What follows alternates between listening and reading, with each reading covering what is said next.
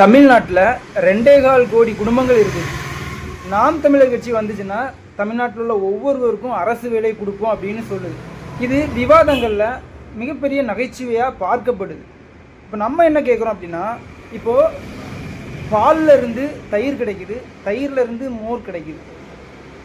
நம்ம எந்த ஒரு பொருளை எடுத்தாலும் அந்த பொருளில் இருந்து பல நூற்றுக்கணக்கான பொருள்களை நம்மளால் தயாரிக்க முடியும்.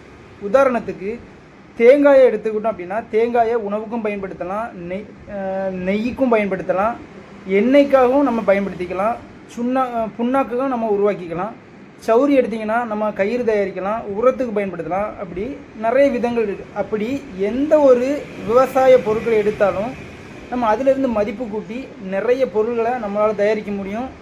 அந்த தயாரிக்கக்கூடிய பொருட்கள் மூலமாக நம்ம பணத்தை உருவாக்கிக்க முடியும். இப்போது நம்முடைய தமிழ்நாட்டில் 10 லட்சம் அரசு ஊழியர்கள் இருக்கிறாங்க. அப்போது 10 லட்சம் ஊழியர்களுக்கே அரசு வருமானத்தை சம்பளமாக கொடுக்கறதுக்கு திணறுறாங்க.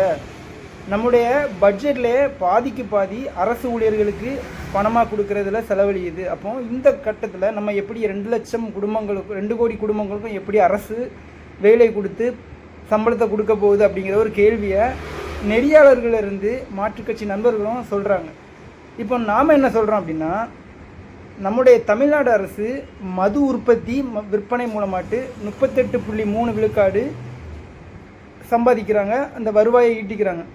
ஆனால் இந்த மதுவின் மூலமாட்டு ஒரு பொருளாதார சுழற்சி ஏற்படுதா அப்படின்னு கேட்டிங்கன்னா இல்லை. அடித்தட்டு மக்கள் இந்த மதுவின் மூலமாட்டு அவங்களுடைய பொருளாதாரத்தை இழக்கிறது மட்டும் இல்லாமல் அவங்களுடைய சுய சிந்தனையையும் இழக்கிறாங்க, உழைக்கும் ஆற்றலை இழக்கிறாங்க. அப்படி எந்த விதத்திலையுமே பயன்பாடு இல்லாத இந்த மது கலாச்சாரம், மதுவின் மூலமாக கிடைக்கக்கூடிய வருமானத்தை வச்சு அரசாங்கம் இயங்கிட்டு இருக்குது அப்படின்னு சொல்லலாம். அப்போது நாம் தமிழர் கட்சி சொல்லுது, ஒவ்வொரு மாவட்டத்திலையும் ஒவ்வொரு இடங்கள்லையும் நிலமும் வளமும் சார்ந்த தொழிற்சாலைகள் நிறுவி அதை அரசாங்கமே முன்னெடுத்து பண்ணுறது மூலமாட்டு அரசாங்கம் ஒரு பொருளாதாரத்தில் தன்னிறைவு அடைய முடியும், மக்களுக்கு வேலைவாய்ப்புகள் உற்பத்தி கொடுக்க முடியும். உள்நாட்டுகளுக்கு மட்டும் இல்லாமல் வெளிநாடுகளுக்கும் ஏற்றுமதி செய்ய முடியும். பொருளாதாரத்தில் தன்னிறைவு அடையிறது மூலமாட்டு நம்ம மக்கள் சுதந்திரமாக வாழ முடியும் அப்படிங்கிற ஒரு புரிதலாக கொடுக்குறாங்க. உங்களால் சாத்தியம் இல்லை அப்படின்னு ஒதுங்கி போகிறத விட்டுக்கிட்டு குறை சொல்லி வீசுறதுல மும்முரமாக இருக்கிறாங்க. நாம் என்ன சொல்கிறோம் அப்படின்னா, ஆடு மாடு மேய்க்கிறது அவமானம் அப்படின்னு சொல்லக்கூடிய மக்கள் அப்போ ஆட்டின் மூலமாக கிடைக்கக்கூடிய இறைச்சி, மாட்டின் மூலமாக கிடைக்கக்கூடிய பால் அப்படிங்கிறத குடிக்காமல் இருப்பாங்களா, இல்லை எடுக்காமல் இருப்பாங்களா அப்படிங்கிற கேள்வியை நம்ம முன்வைக்கிறோம். நாம் தமிழர் கட்சி சிறந்த செயல் திட்டத்தை வச்சு முன்னோக்கி போயிட்டுருக்கு. அனைவருக்கும் அரசு வேலை சாத்தியம்தான்.